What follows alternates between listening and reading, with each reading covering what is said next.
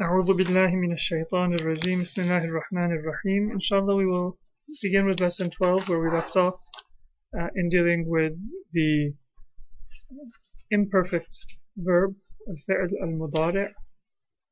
Before we begin, are there any questions? We were on page 3 of the notes. Today, after we finish the material that we're going to do, inshallah, we'll spend a little bit of time practicing the different forms of the imperfect. So we'll have, inshallah, a little bit of an opportunity to do that at the end of class today.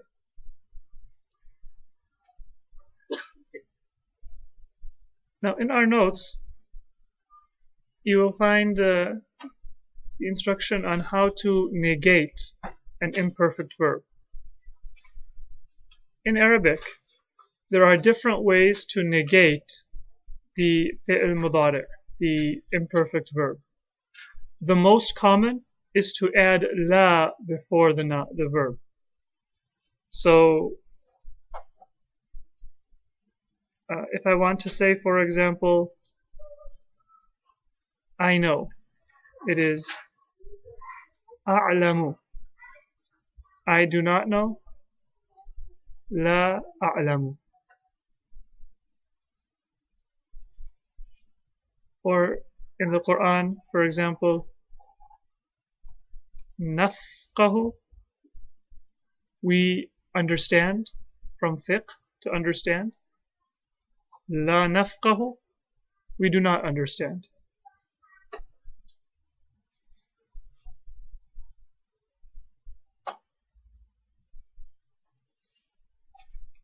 So you can add la before the verb, and that will turn it to the negative. There's no other change that will take place. So أعلم remains أعلم, نفقه remains نفقه. There is just a la added in the beginning.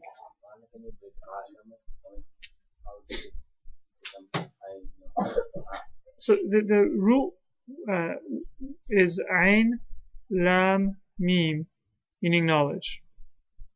The past tense, or the Madi, is Alima. And the Mudari is Ya'lamu, or he knows. Ta'lamu, she knows. And then again, Ta'lamu, you know. Ta'lamina, you come in and know.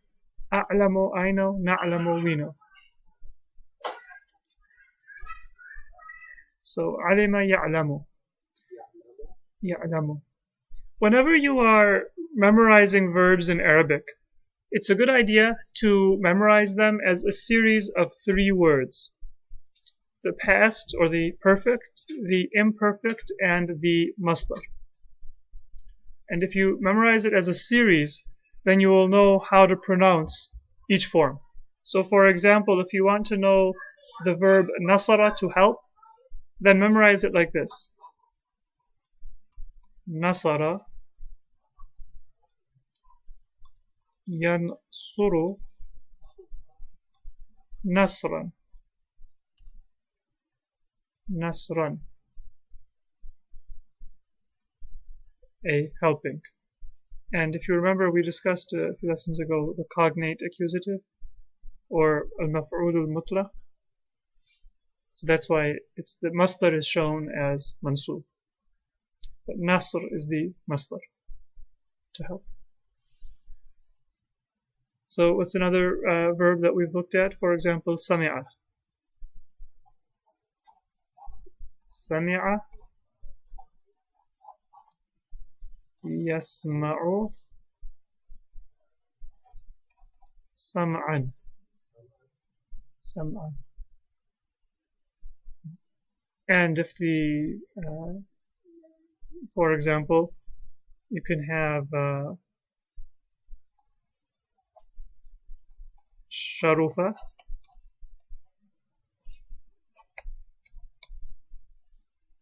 yashrufu, and then you will have sharafan, not sharfan, but sharafan. So sharufa, yashrufu. I thought you said in almost all cases if it's the dhamma in the middle, the anal type, It's like a fatha in the middle. No, if it's dhamma in the fi'l madi, it will be a dhamma in the fi'l mudari. Always. And the masdar is sharafan or sharafatan. And that is entirely possible for one verb to have more than one masdar. Sharaf and sharafa.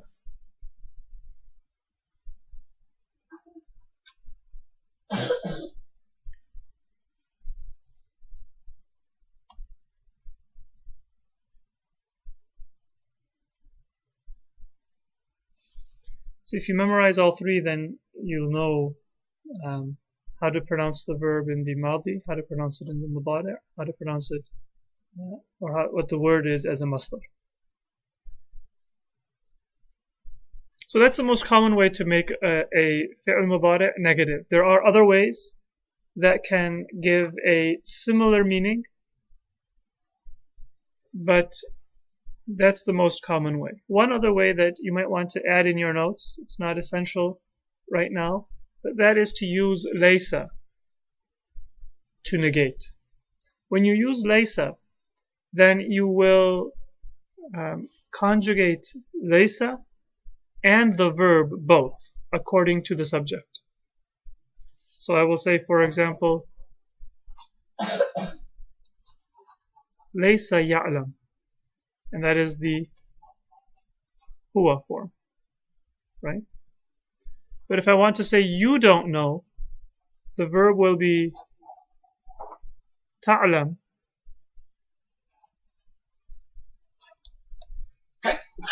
What is the corresponding form of laysa?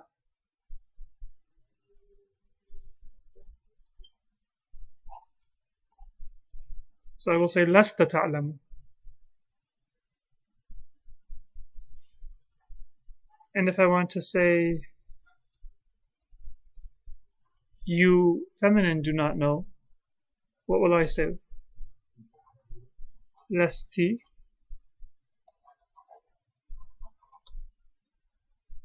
ta'lamina.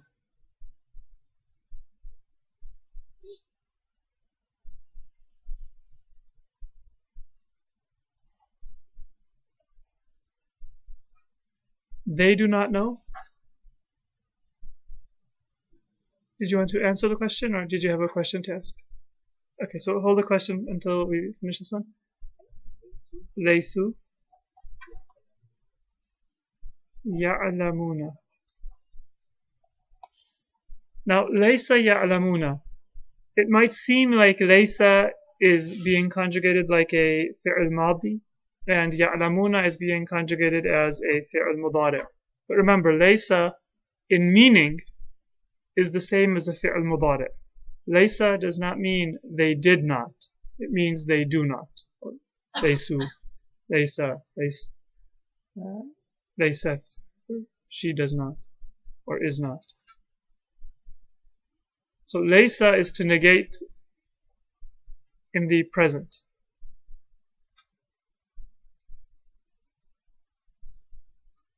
Question? No, in this case also there will be no change in i'rab, so the verb will remain as it is.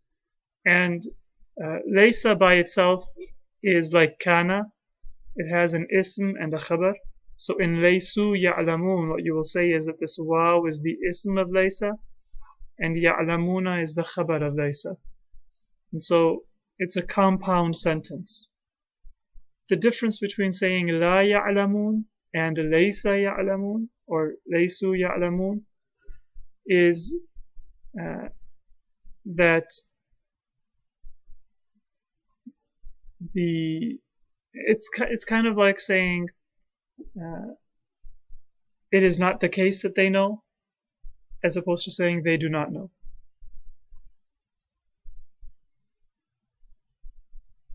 For laysu ya'lamun, by the way, you could also say laysa ya'lamun.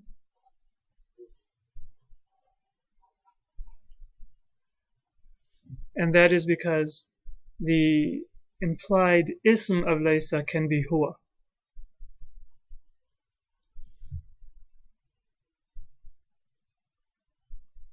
Right? and that huwa means the case. Right? So the case is not that they know. So, Right? In Arabic, the word for case is ash-sha'n.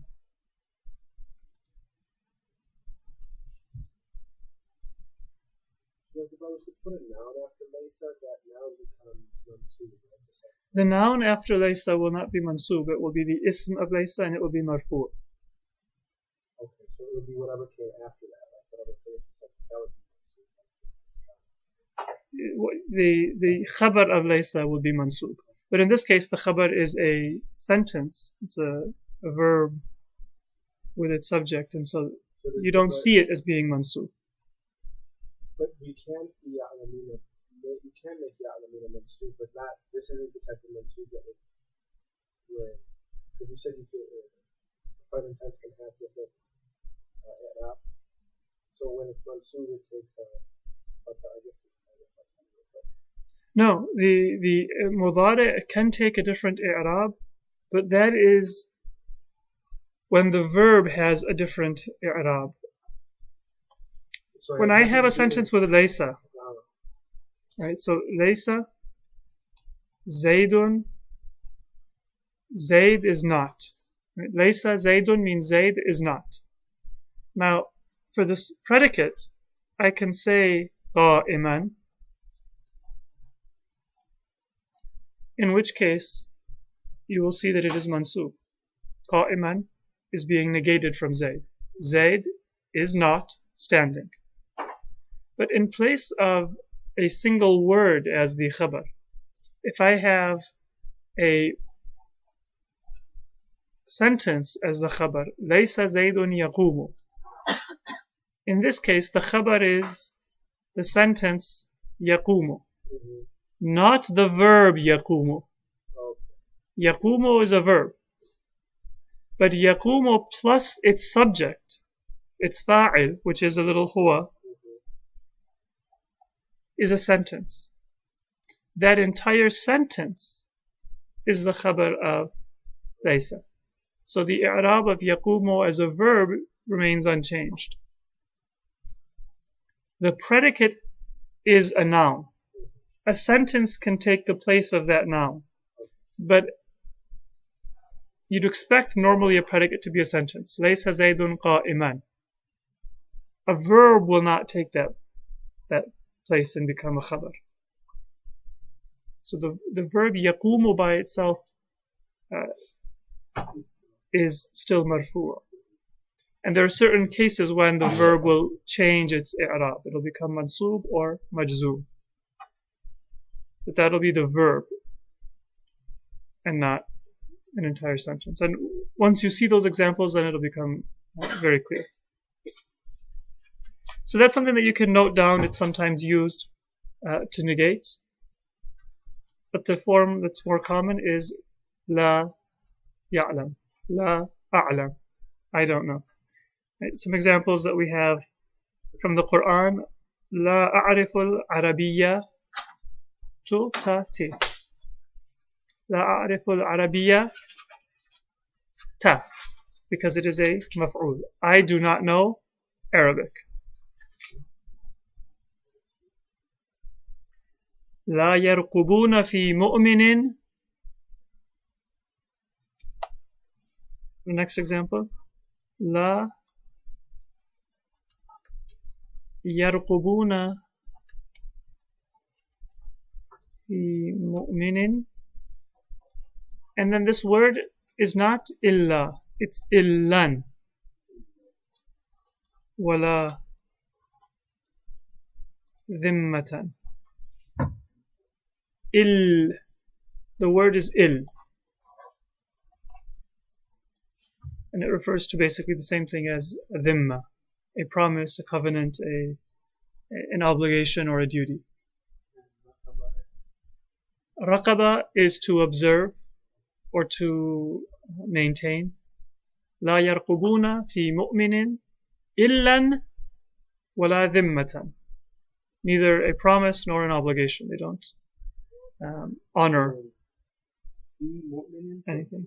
Fi mu'minin here means with respect to a believer, in regard to a Also believer. saying those people are actually The unbelievers do not honor with respect to or in regard of a mu'min, neither an il nor a dhimma, neither a promise or an obligation or trust or covenant.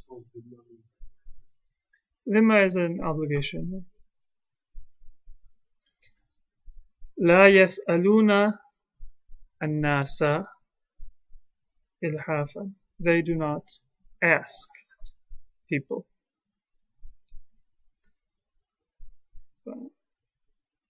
فلا تعلم نفس ما أخفي لهم. لا تعلم نفس. نفس in Arabic is a feminine word. Nafs is treated as feminine. And that's why in the Quran you have Ya ayyatuha nafsul mutma'innatu. The adjective is feminine. An-nafs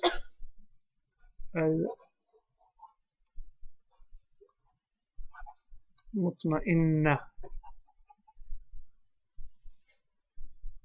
So that ta'lamu nafsun. Not ya'lamu but ta'lamu. A soul does not know ma ukhfiya lahum, what has been hidden or kept in secret for them. Yeah, ilhafan, I believe it means to ask incessantly or insistently. I think that's the.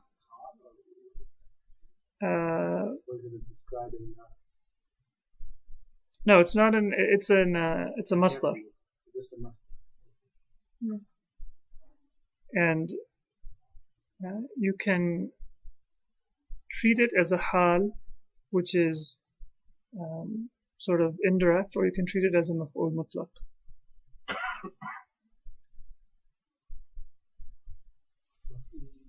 There is a little bit of detail as to how to treat these nouns that are these masdars, these infinitives that are mansub. And if I remember next week, I'll bring a few examples of cases that can be treated in slightly different ways that will affect the meaning very minutely.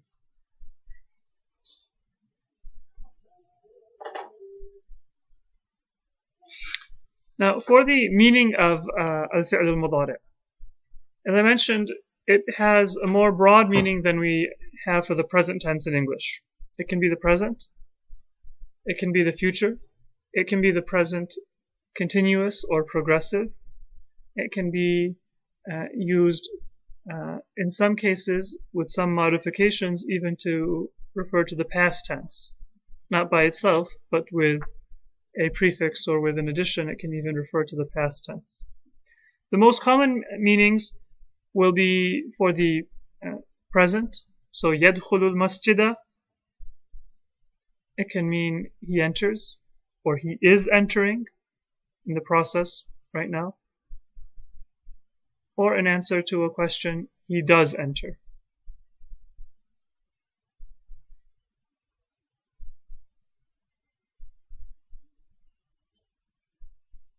It can sometimes be used for the general affirmation of an action without really paying attention to a specific tense. If you say يذهب في الصباح, you're not saying that he is doing it now, but that this is a general action that takes time. It might happen now, it might have happened in the past, it might happen in the future, but it's an action that takes up time.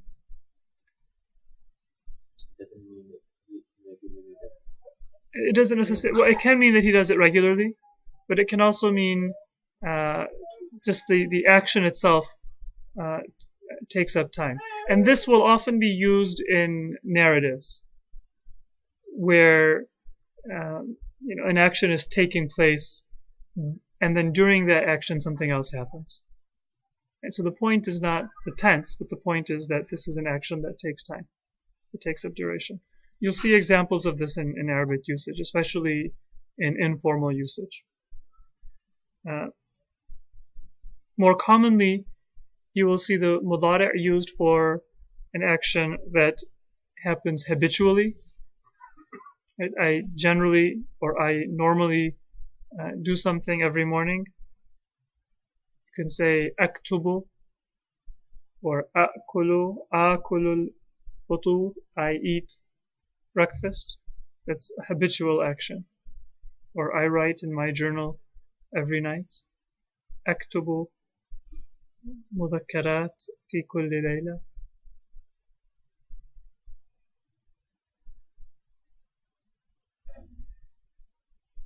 And of course it can be used for the future. So if you say that أكتب ذلك غدا, I will write that tomorrow.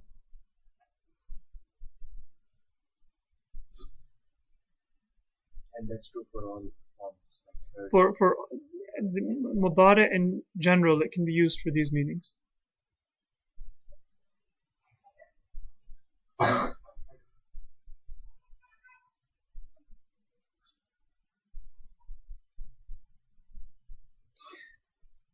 And it is possible sometimes to have the mudari' used with kana, and that gives a continuous meaning for the past. So if I say, for example, kana yadhabu, he used to go, or he was going. And again, both verbs will be conjugated. What that really means is that kana is used, it will have an ism, and it will have a khabar. In this case, kana yadhabu, the ism of kana is a little huwa, which goes back to whoever we're talking about. And the khabar of kana is yadhabu, which also has a fa'il within it that goes back to whoever we're talking about. The kana is just for the eloquence. It's not just for eloquence, it's used to give a slightly different meaning. So if I say yadhabu, that would mean that he is going or he goes. But kana yadhabu, he was going or he used to go. So the meaning is changed by the use of kana. But be aware that kana is, just like it always is, in need of an ism and a khabar. So how will we do it if, for example, it's plural? We will say kanu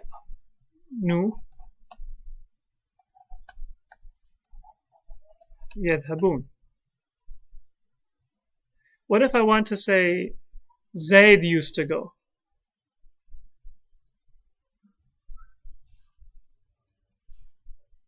Yes, the best way to say it is kana Zaydun.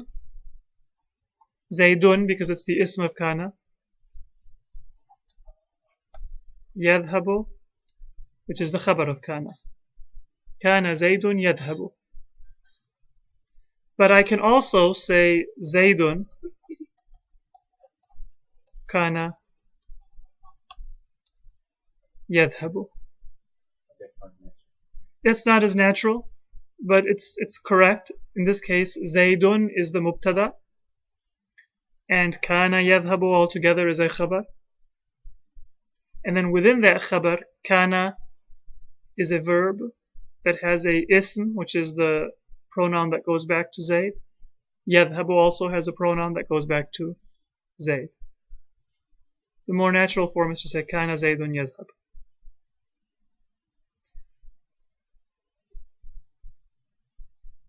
If it's, say,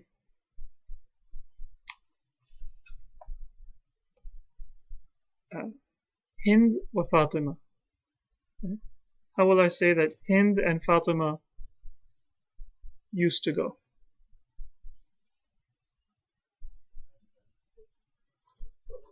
So I can say kanata tadhabani.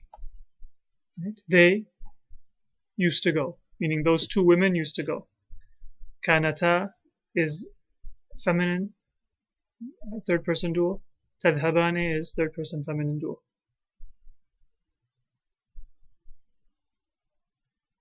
What if I want to mention the names of the people? What would I say then?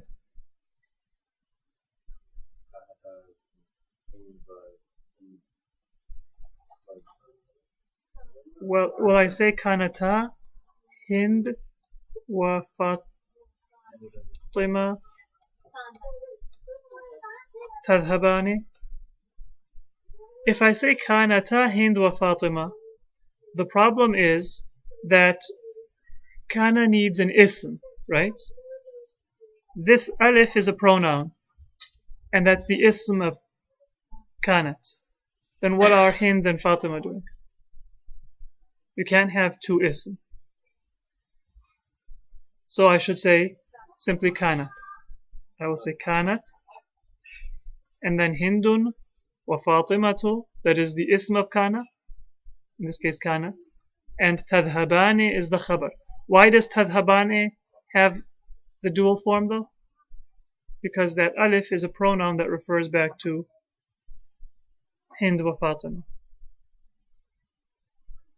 So, when you're thinking about it in English, the verbs don't agree.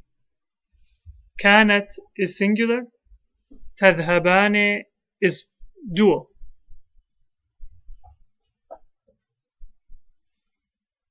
To make that clearer, let me rewrite this. So you're saying that we don't write it because if the names are not mentioned or the persons are not mentioned, then we write the Kanata, Kanatu, or Kana. So, in this sentence, if the fa'il is a noun that's not a pronoun, then the verb, in this case it's not a fa'il, it's an ism, the ism of Kana. If the ism of Kana is a noun, then Kana will remain without a pronoun. But if there is no noun after it that is going to be the ism of Kana, then there has to be a pronoun that will indicate the ism of Kana. So we will say Kanat Hind wa Fatima, and that is the ism of Kana. Tadhabani. Or we can say Hindun wa Fatimatu Kanata Tadhabani. In this case, I need to say Kanata. Why? Because there's no noun after it that's going to be the ism. So the alif of Kanata and the alif of Tadhabani both refer back to Hind wa Fatima.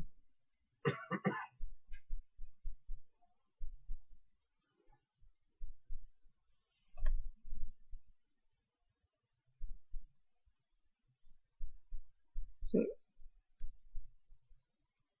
is that usage clear?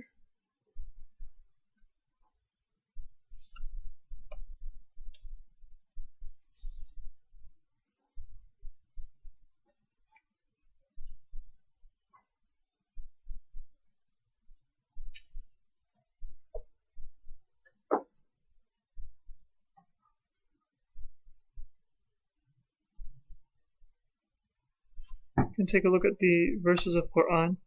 ذَلِكَ بِمَا عَصَوْا وَكَانُوا يَعْتَدُونَ. كَانُوا يَعْتَدُونَ. It's they were used to, or they used to. يَعْتَدُونَ means they would transgress. We haven't covered that verb yet. The root word is Ain, Dal, Waw, and it's a derived form of the verb i'tida, which means to transgress. So this form of the verb is i'tida. But we haven't covered the usage of the verb. The point is kanu ya'tadun. Kanu is plural, ya'tadun is plural. كانوا لا يتناهون.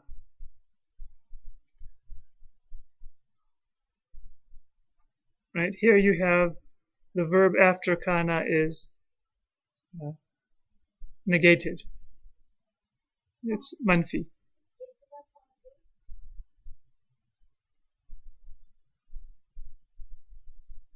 So, And then we have another example, ما كانوا يفعلون, what they used to do. so both are negations. In one case we're using ma and we're using it for the kana, and one we're using ma and we're using it for the other.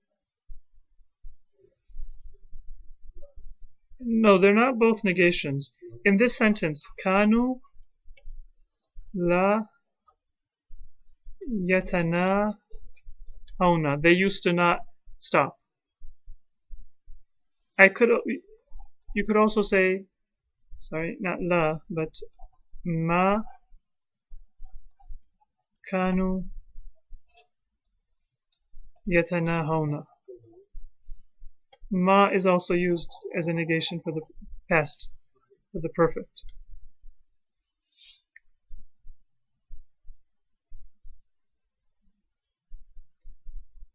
And that would have given almost the same meaning. But the second part of the sentence, بئس ما كانوا يفعلون. Here, ما كانوا يفعلون does not mean they did not used to do. It's saying, لبئس means how evil. How evil is that which they used to do. So ma here means that which. It's the same as alladhi.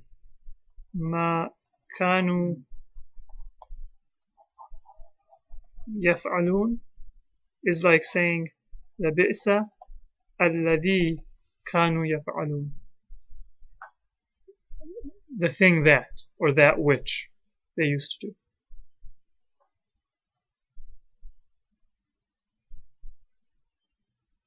If you want to negate that combination of kana plus the fi'l mudari, you can use either ma before the kana or ma before the. You can use ma before the kana to negate, or you can use la before the khabar of kana. So if I want to say that he used to go, say Zayd used to go, it's the best form would be to say kana Zaydun yadhabu. If I want to say Zayd used to not go, kana Zaydun la yadhabu. And if I want to say Zayd did not used to go, I would say ma kana Zaydun yadhabu. Kana zaydun la yadhabu is what again? It's saying Zayd used to not go. Kana Zaydun la yadhabu. Zayd used to not go. As opposed to ma kana Zaydun yadhabu, he did not used to go. It's not a very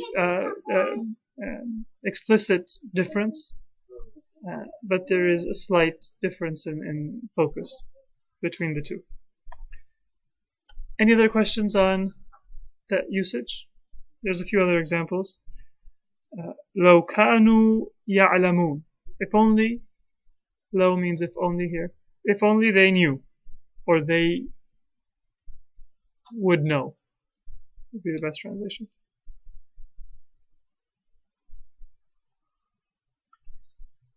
ولا تسألون عما كانوا يعملون.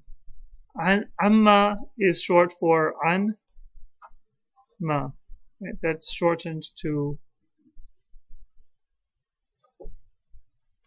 عما, about what.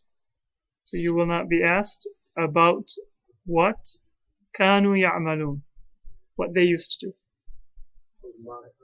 About that which they used to do. Yeah. Ma here means that which. And then the next sentence is dual. كانا يأكلان الطعام. The two of them used to eat food. ونجيناه من القرية التي كانت تعمل الخبائث. And we saved him نجينا, we saved, who, him, من القرية, from the city or village, التي, which, كانت تعمل, used to do, الخبائث, evil deeds. And next, وقالوا لو كنا نسمع أو نعقل. لو كنا, if كنا نسمع, we used to hear, or we would hear, أو نعقل, or if we would understand, ما كنا في أصحاب السعير, we would not be في أصحاب السعير, among or in the people of the fire. So the first كنا is used with a fi'l mudari. كنا نسمع, كنا نعقل.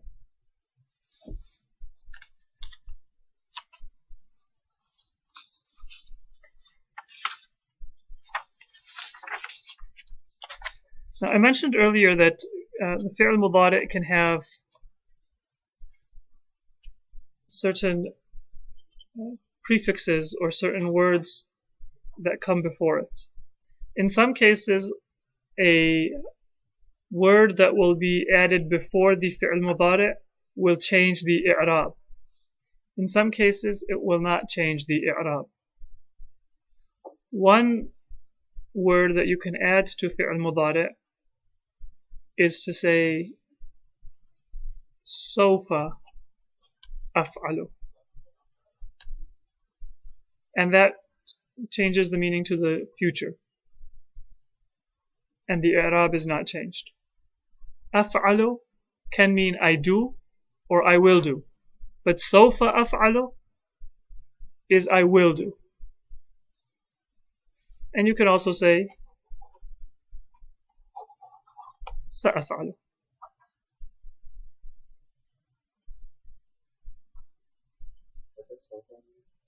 It changes the meaning of the verb to the future. So سأفعل, I will do. سوف أفعل, I will do. Both are used. Sofa and sa are both used. One difference is that sofa can be used with the negative. So you can say sofa la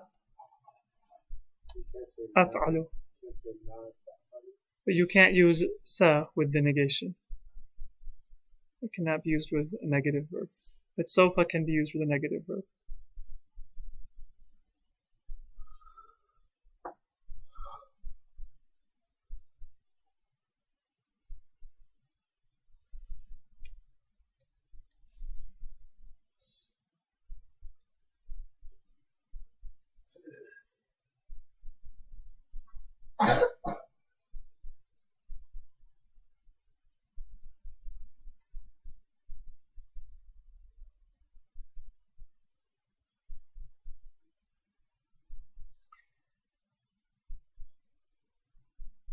The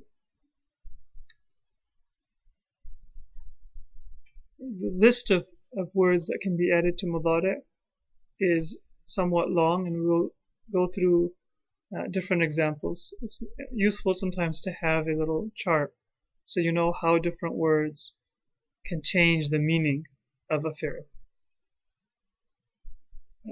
Just to use one example, the word qad does not affect the i'rab, but it can be used with the past, and with the present, or with the madi and with the mudari.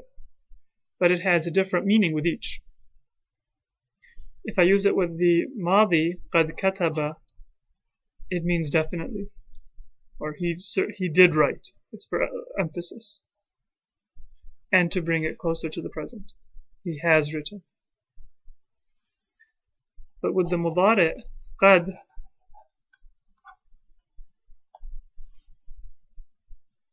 yaktubu has a different meaning. It can mean sometimes or maybe. It's almost the opposite. Another example is the word lamma. Lamma, when it's used with a past tense, means when. Lamma kataba, when he wrote. But with the mudari, it means not yet, and it also changes the i'rab. Lamma yaktub, he has not yet written. So some words, they will change the i'rab, some will not change the i'rab. Some words, they affect the meaning of a madi in different ways than they affect the meaning of the mudari. So you can't just say that I'll make a flashcard and I'll put lamma and I can define it. Because lamma with the madi means when. Lamma kataba. Lamma ja'a, when he came. Lamma kataba, when he wrote. But lamma with the mudari, first of all, it will change the i'rab, and it will also mean something different. Qad is the same way. Lamma kataba is when he wrote.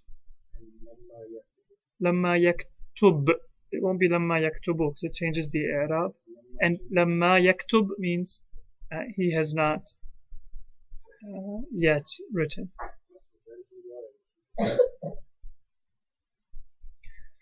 Now, the usage of mudari. One of the usages of mudari is as a complement or as a way of giving additional information about either the subject or the object of a sentence.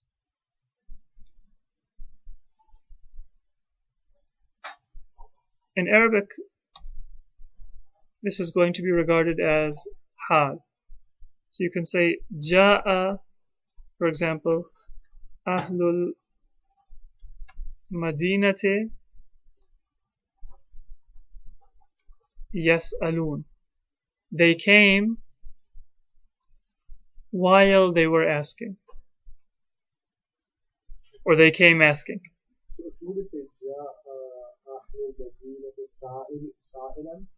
You can also say ja'a ahlul madinati sa'ilina, because ahlul madinati is plural. Ahlul madinati is plural, so the hal also has to be plural. And you can say sa'ilina, or you can say yas'aluna. It's sa'ilina because it's majroor with the madina. No, sa'ilina in this sentence is hal, and the hal is mansub. Oh, okay. Oh, I see. Okay, yeah. Okay, so sa'iluna, sa'ilina. Yas'aluna is a sentence, which is explaining the state or the condition for Ahlul Madinah. They came in what state? They came not triumphantly, they came with a question, beseeching. In the sentence, ذهب يطلبه, he went looking for it. So that's his state. And of course the subject here is a huwa, it's understood from ذهب. You could have said ذهب طالبا,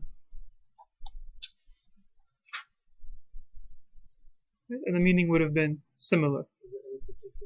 There is a difference in the meaning. The verb has more of an emphasis on the action. So ذهب طالبا, he went a seeker. But ذهب يطلبه, he went seeking. It has a bit more of a sense of an action being done. And like any other hal, if a fi'l mudari is used as a hal, it can also describe the object and not the subject. So instead of describing the subject, we can say, for example, وَجَدْنَاهُ يَعْبُدُ. We found him worshipping.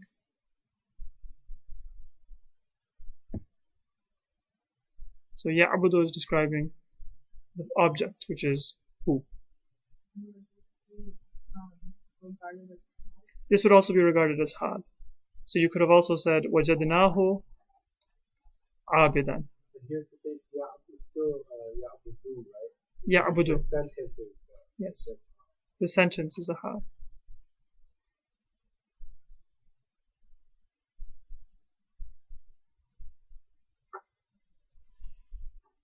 And then our textbook separates from this what it calls a circumstantial. In Arabic, that's still a jumlat hal, a sentence that is a hal. But if you have the sentence ذهب زيد وهو يأكل التين, Zayd went while he was eating a fig. That هو يأكل التين, هو يأكل التين is a sentence that is a hal. رأيته وهو يلعن عدوه, I saw him while he was abusing his enemy. That's a hal.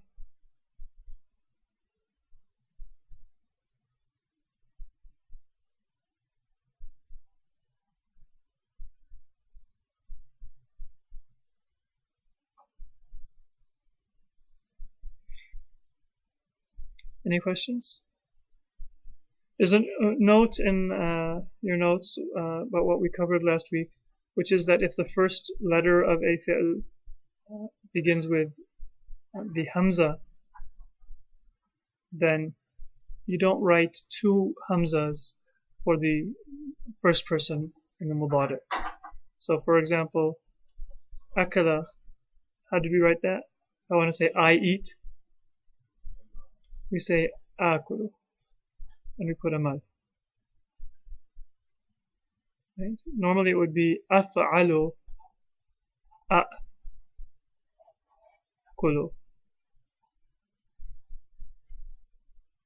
But instead of writing a'kulu and saying a'kulu, we say akulu.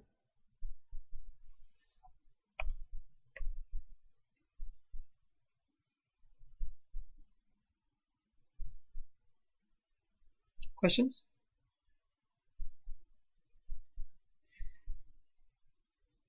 Now, do you remember the particle inna? What does inna do? Inna takes a perfectly normal sentence like Zaydun qa'imun, right, which is a sentence, Zaydun qa'imun, and it breaks it up and changes the ism to a mansoob case. The khabar remains marfu. There's another word, anna, which behaves just like inna. And we're all familiar with that usage. Ashhadu anna Muhammadan Rasulun or Rasulullah.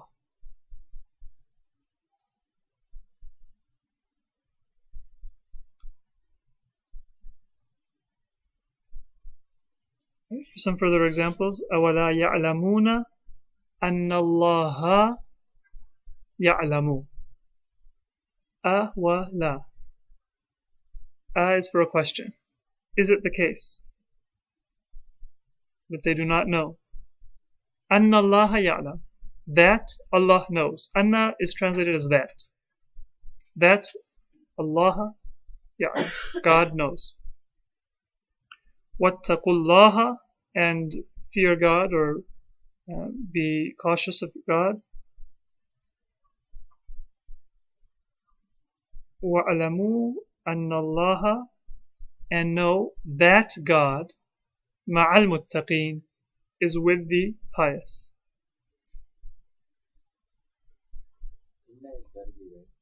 Inna is verily or indeed. Anna is that. The change to the i'rab is the same. Anna Allah ma'al muttaqin. So Anna Allah is the ism of Anna. Ma'al muttaqin is the khabar of Anna. Ma'a is mudaf to muttaqin. But why does ma'a have a fatha? Ma'a will almost always have a fatha because it is a word that explains where something is. No, it's not a preposition. Ma'a is a noun. but it is an adverb of place. Right? Allah is where? He is with the pious. Of course, that's figurative. God does not have a place, but figuratively He is with the pious. And we haven't covered why, but that will mean that it is mansub. So it is mansub. We haven't covered the reason for it, but we have seen examples of it. And that whole phrase then is the khabar of anna. After ma'a, it's always majroor. After ma'a, yes, it will always be majroor because it will be mudaf ilayh. Ma'a is not harf jar. It's not a harf.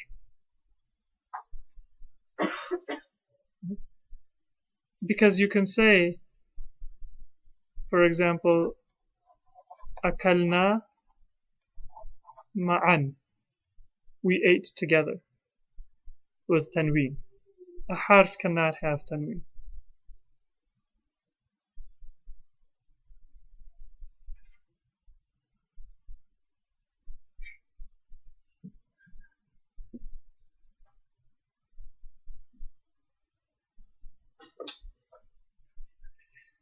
وَإِنَّا لَنَعْلَمُ أَنَّ مِنْكُمْ مُكَذِّبِينَ.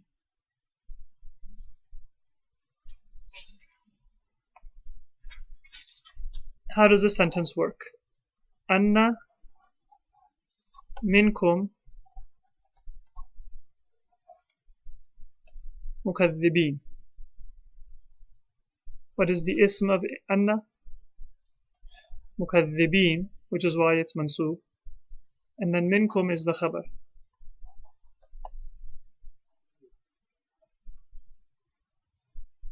Right? The khabar can come before the ism.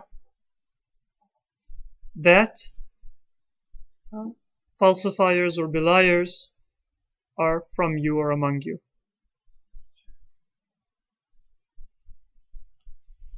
الذين يظنون أنهم ملاقو ربهم. أنهم ملاقو ربهم. أنهم is the ism of inna. Mulaqu is the khabar. Mulaqu is short for mulaqun. Right? Mulaqun is the plural, but when it becomes mudaf, we drop the noon of the plural. And the word is mulaqin, one who meets, plural mulaquna, or mulaqina, and if it's mudaf, whichever form it is, the noon will drop. So mulaqu rabbihim, meeters of the Lord of them.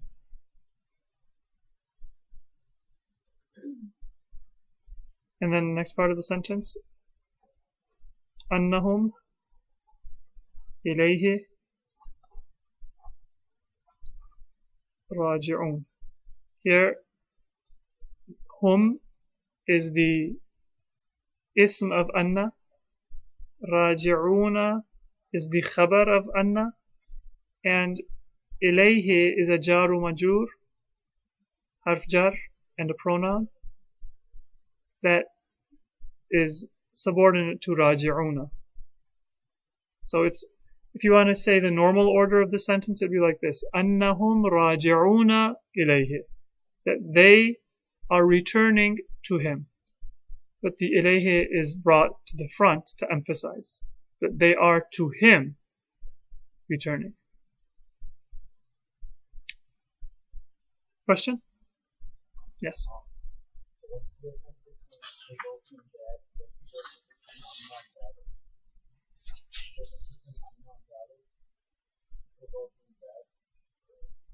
that? The difference between anna and dhalik. Dhalika, masculine, tilka, feminine, means that if you're pointing to something, that thing. But anna means that in the sense of, that something is the case. So anna is not used to point to something, but it's used in the sense of that something is the case, or for something to be the case.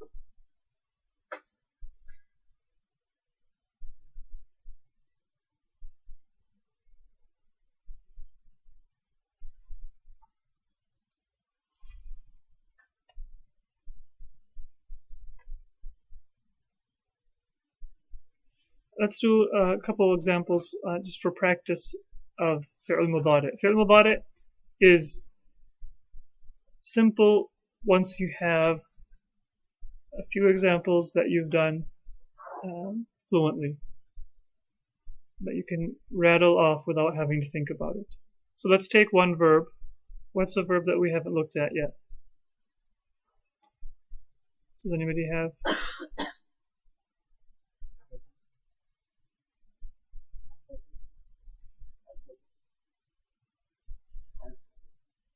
We've looked at dhahaba yadhabu a few times. Let's take one that we haven't used at all. And we can take the word, for example. Anybody want to guess how that is pronounced? Jahila.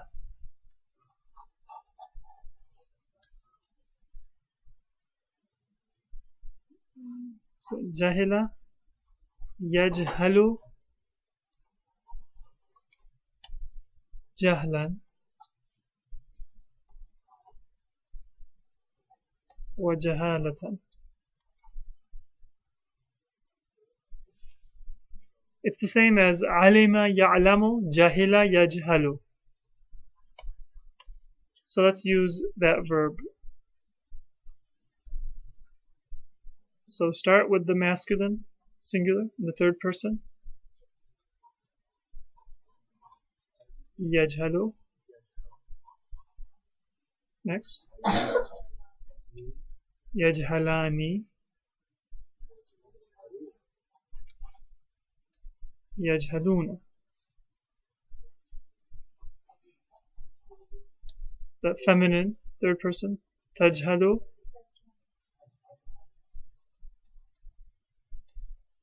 Tajhalani. Yes. Yajhalna. Remember that in the plural we use ya. Then we'll switch to second person, masculine. You. Anta. Tajhalu. Tajhalani.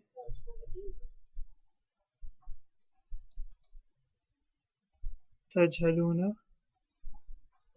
And then the anti, feminine.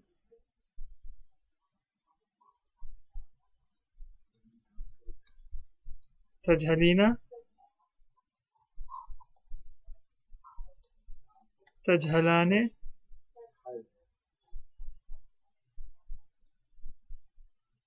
Tajhalna.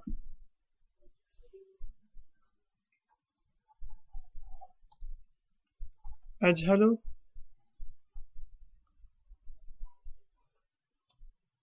Najhalu. Now, which of these are shared? Are shared across different forms. So, tajhalu can mean she is ignorant, and it can mean you masculine are ignorant. And tajhalane can mean those two women are ignorant, you two men are ignorant, or you two women are ignorant.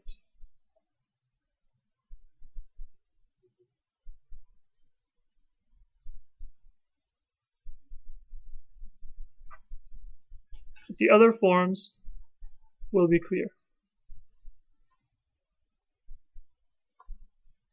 For those forms that are a bit ambiguous, you can often clarify by saying, for example, hiya tajhalu, or anta tajhalu, or huma tajhalani, or antuma tajhalani. Question?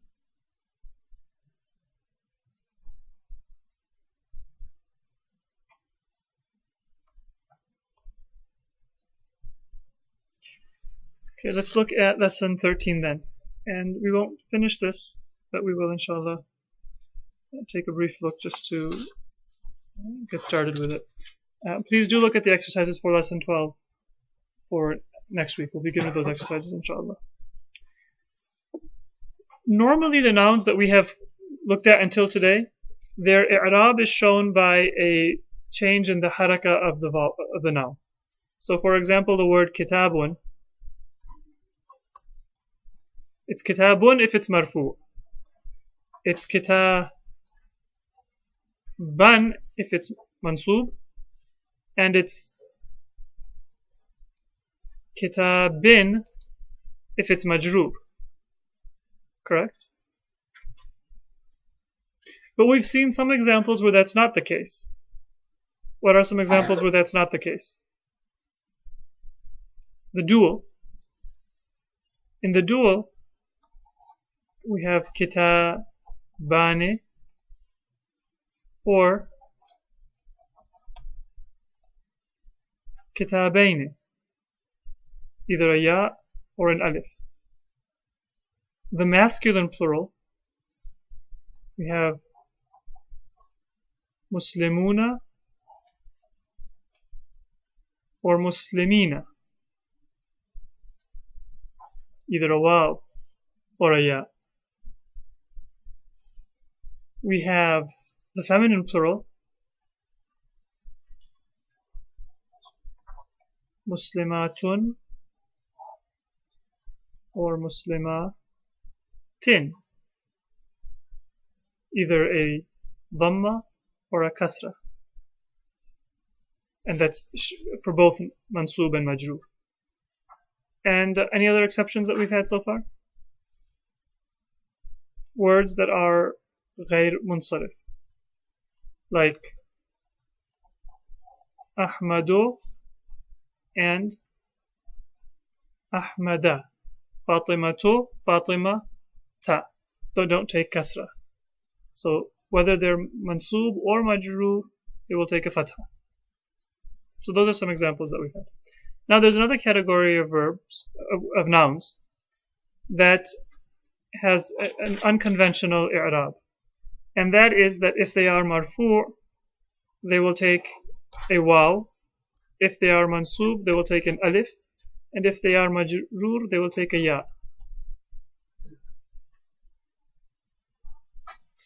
This takes place when they are mudaf.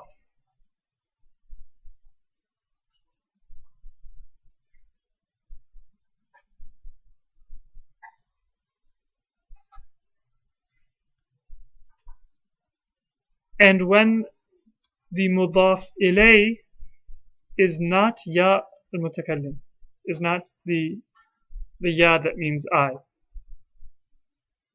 So if I say Abu Zaydin, Abu is mudaf to Zaydin, so it will take a waw. Or if I say Abuka, it's still mudaf. Abu mudaf, ka mudaf ilay. But if the mudaf ilay is the ya, my father, then it will be abi. It doesn't matter if it's marfu or mansub or majroor, it will always be abi. It doesn't change. And if it's not mudaf at all, then it functions like any other normal noun. You will say abun if it's marfu,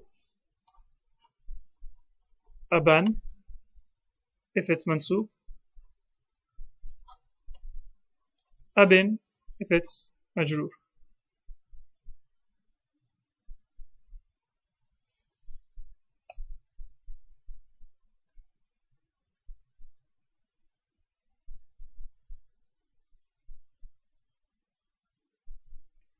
The 5 nouns, they used to be 6, and one is censored out of modern grammar books. The reason for that is that it's an indirect word to refer to something that is obscene or not mentioned. It doesn't have an obscene meaning by itself, but it's used indirectly if you want to refer to something that is not worthy of mentioning. In English, you'll say, for example, such and such, or you'll have an indirect way of speaking about it. So in Arabic, there's also a word, and that word is hanun. But because even though it doesn't have an obscene meaning by itself, it's used to refer indirectly to something that is obscene, it's considered offensive by itself. No, it's not in the Quran. It was used. It exists in some ahadith and in classical Arabic usage. But you'll seldom find it, and there are other opinions about that word as well. So in general, in modern grammar books, when you open a grammar book, you won't find that word. But the words that are mentioned are ab, which will be abu, aba, abi. Akh. Right? If it's not mudaf, you'll just say akhun. But if it's mudaf, you will say akhu zaydin, akha zaydin, akhi zaydin. The word ham means the in-laws of a woman. So father-in-law, brother-in-law for a woman. Hamuki, hamaki, or hamike. So it's always of a woman. So the pronoun will never be masculine. You won't say hamuka. So you don't know what in-law it is? You just know that it's an in-law. It's a male in-law of a woman. It's either father-in-law, brother-in-law. Father-in-law or brother-in-law.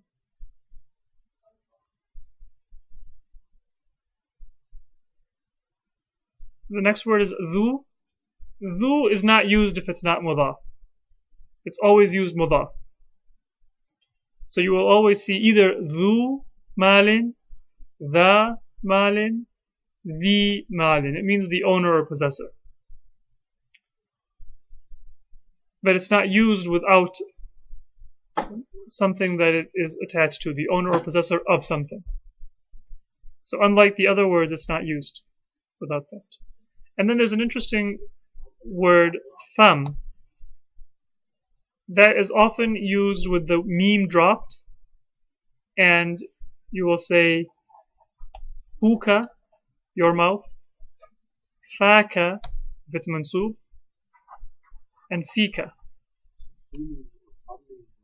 Fam means mouth, but when it is mudaf, instead of saying famuka or famaka or famika, the classical dialect is to say, you won't say ja'a fuka, your mouth came, but you can say, for example, hadha fuka, this is your mouth, ra'aytu faka, I saw your mouth, or ra'aytuhu fi fika, I saw it in your mouth. Fika, don't confuse it with in you. In you is also fika. But this is not that fika, this is your mouth. Majrur. Fi is a noun here. And you can say famika if you insist on being unambiguous. But it's less common and less obvious.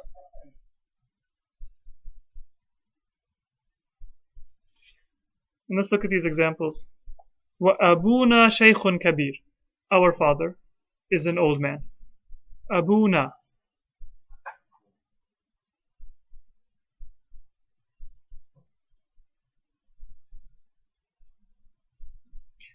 Now, notice that if the same word enters into the dual, then it is given the i'rab like any other dual. So, warithahu abawahu. Abawa is the dual, right? So abun, what is the dual for abun? Abawane or abawaine. right? وَرِثَهُ, they inherited. Who inherited? The father and mother. So they were the subject. أبواه is the subject. And so it's marfu'. أبوان. But when we make it mudaf, we drop the noon. أبواه. If it's the maf'ul, rafa'a abawayhi, he lifted. Now here it's not the doer, but the one to whom it is done, the maf'ul. So we will say abaway, and again we'll drop the noon and add the ha. Abawayhi. So abawan, if it's mudaf, it will become abawahu, and abaway, if it's mudaf, it will become abawayhi.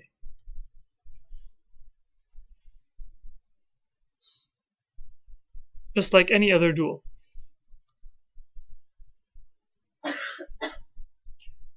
Ja'u abahum, they came to their father. This is mansub. And then majrur, qala li'abihi, li'abihi.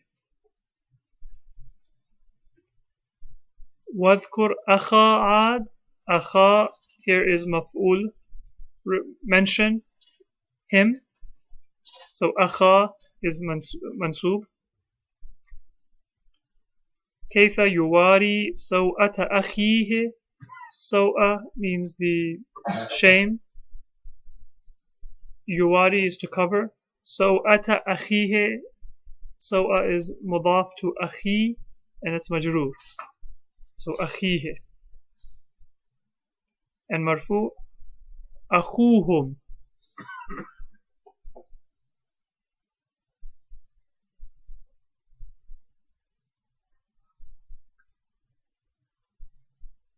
And then the word tham, when it's mansub, it will become fa. So liyablugha fahu. Yablugha, for it to reach. The pronoun in yablugha goes back to the water, al-ma'. For the water to reach what? His mouth. Right? And so the mouth is maf'ul here, fahu. لِيَبْلُغَ فَمَهُ. It's mansub. But instead of saying famahu, we say fahu.